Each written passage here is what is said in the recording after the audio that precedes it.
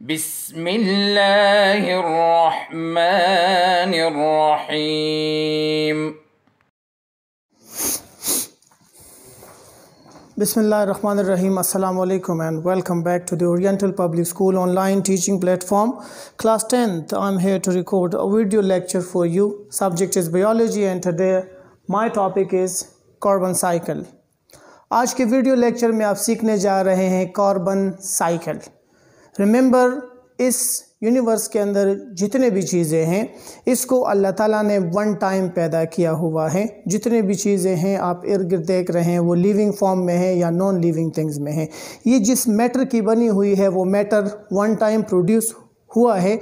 अब ये मैटर पूरे यूनिवर्स के अंदर एक साइक्लिकल मूवमेंट कर रहा है और साइक्लिकल मूवमेंट में ये एक जगह पे ये मैटर फिक्स हो जाता है और वो एक स्टेप वाइज साइक्लिकल मूवमेंट करके दूसरी जगह पे डिकम्पोजर्स इसको रिलीज़ करवा देते हैं। तो इस किस्म के मूवमेंट को हम कहते हैं साइक्लिकल मूवमेंट। अब इस साइक्लिकल मूवमेंट में आप देखते हैं वाटर भी आपके यूनिवर्स के अंदर साइक्लिंग कर रहा है, बायोलॉजिकल मॉलिक्यूल्स भी साइक्लिंग कर रहे हैं, गैसेस भी साइक्लिंग कर रहे हैं।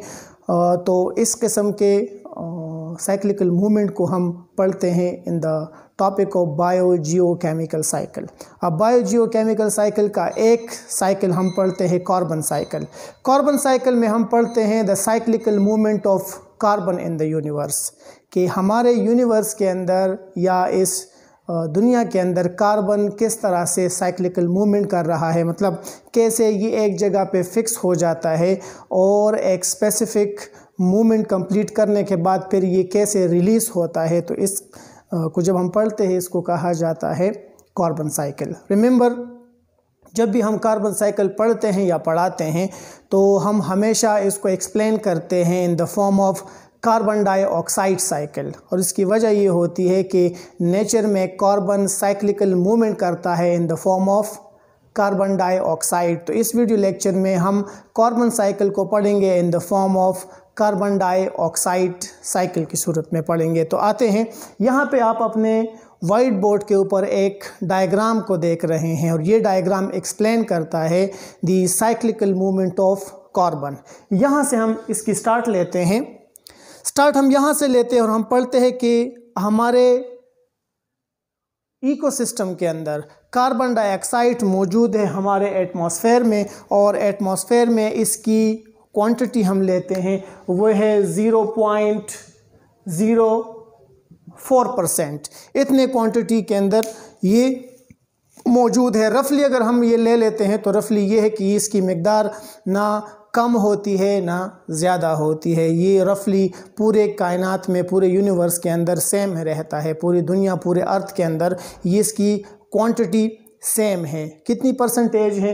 पूरे एटमॉस्फेयर का ये बनाता है 0.04%।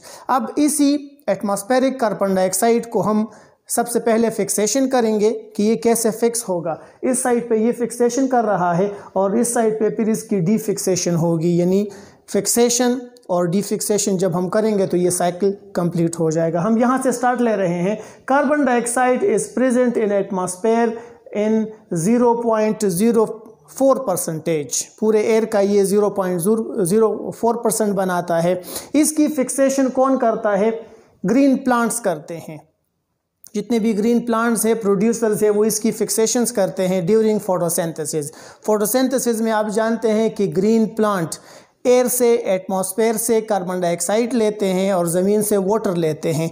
इन दोनों को मिलाया जाता है सनलाइट की रोशनी में और इससे बन जाते हैं ग्लूकोज। तो यहाँ पे ग्लूकोज फॉर्मेशन फोटोसिंथेसिस के दौरान में कार्बन डाइऑक्साइड फिक्स हो जाता है ग्लूकोज में। अब यही ग्लूकोज है, इसको इनिशियली प्लांट यूज़ करते हैं। ग्लूकोज या sugar is the main source of energy.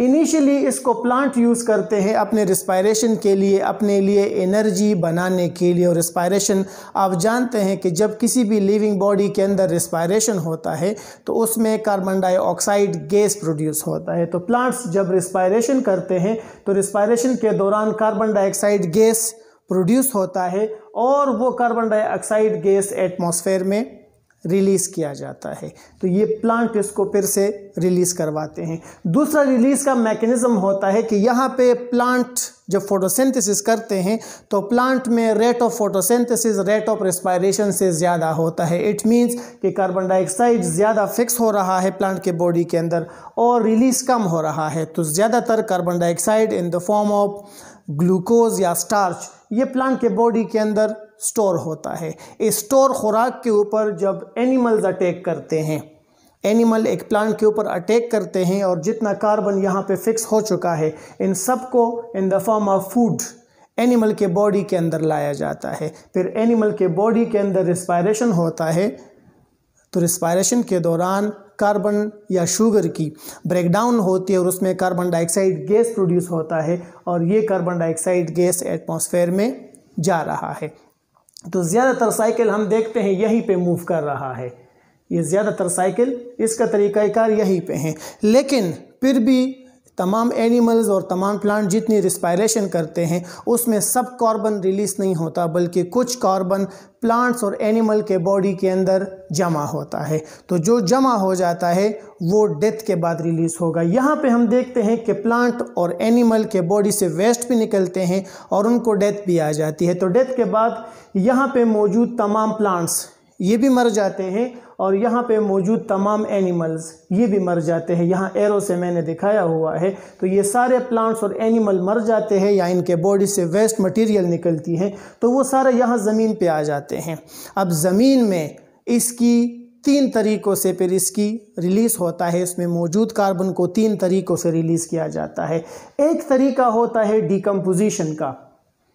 Decomposition यहाँ पे प्लांट्स के बॉडीज़ एनिमल के बॉडीज़ या इनसे निकलने वाला वेस्ट ये सब ज़मीन पे गिर जाते हैं और ज़मीन पे मौजूद होते हैं डिकम्पोज़र्स बैक्टीरिया और फंजाई। वो इनके बॉडी की ब्रेकडाउन करते हैं और ब्रेकडाउन में जो कार्बन डाइऑक्साइड फिक्स हो गया है उसको एयर में रिलीज़ करवाते हैं।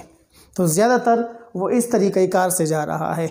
लेकिन पूरे का पूरा डिकम्पोज नहीं होता, बल्कि कभी कभार प्लांट्स और एनिमल के कुछ पार्ट्स वो ड्राई हो जाते हैं और ड्राई होने के बाद हम उसकी डायरेक्ट बर्निंग करते हैं। जिस तरह घरों में हम लकड़ियाँ जलाते हैं या आप एनिमल के बॉडी पार्ट्स को जलाते हैं, जब वो सूख जाते हैं तो हम उसको जलाते हैं। तो जलाने के दौरान भी कार्बन डाइऑक्साइड गैस प्रोड्यूस होता है और वो गैस यहाँ पे चला जाता है। ठीक है जी।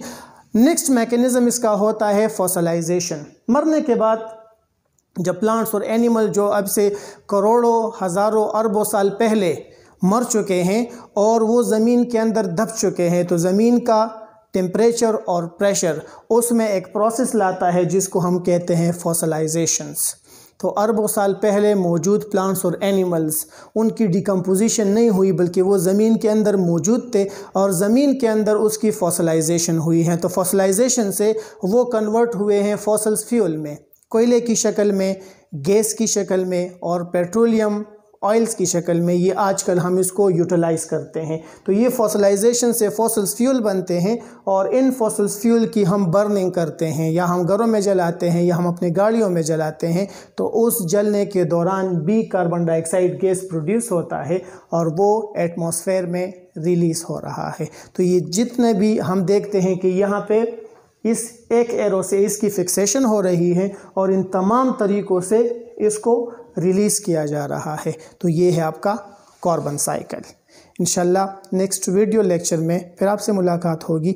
तब तक के लिए अल्लाह हाफ़िज़।